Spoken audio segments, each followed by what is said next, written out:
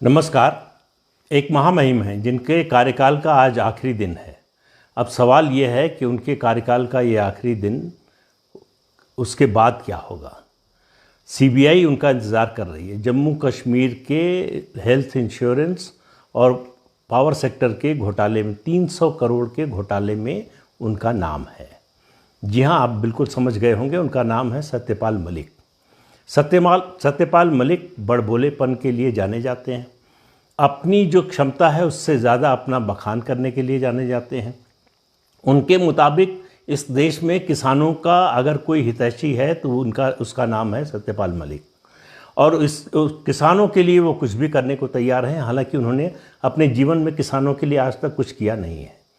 अब उनकी कोशिश है कि राजभवन से निकलने, अभी तक राजभवन में होने के कारण उनको इम्यूनिटी हासिल थी।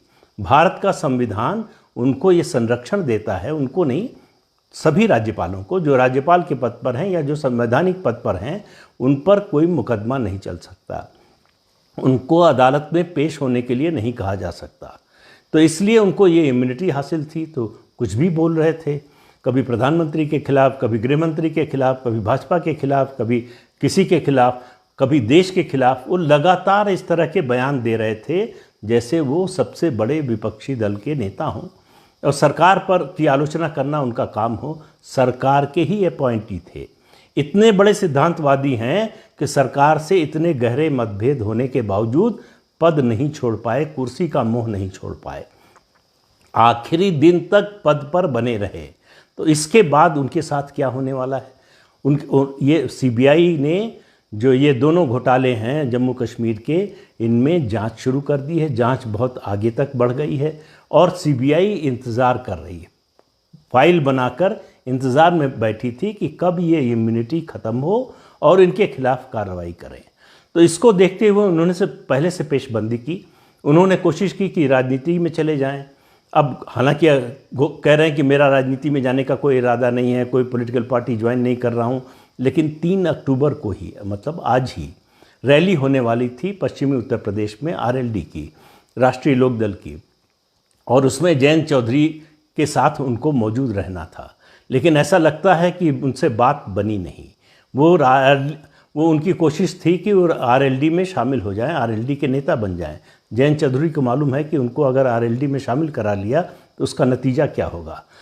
और उनको ये भी जयंत चौधरी को पता है कि वो एसेट की बजाय बहुत बड़ी लायबिलिटी बन जाएंगे।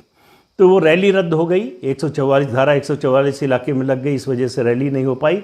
लेकिन उसके साथ ही उनका ये प्रयास कि राजभवन से निकलते ही राजनीति के मैदान में कूद जाएं, ये उनकी इच्छा जो है उनके मन में दबी रह गई। अब सवाल है, इंतज़ार है बल्कि इस बात का कि कितने दिन में सीबीआई उनके दरवाजे पर पहुंचेगी और दरवाज़ा खटखटाएगी। उनका पूछताछ के लिए बुलाया जाना सीबीआई द्वारा पक्का है। उनका हिरासत में लिया जाना भी लगभग पक्का माना जा रहा है। जेल जाएंगे कि नहीं निर्भर करेगा कि सबूत कितने हैं। वो सबको, दुनिया में सबको अपने अलावा बेईमान समझते हैं, भ्रष्ट समझते हैं।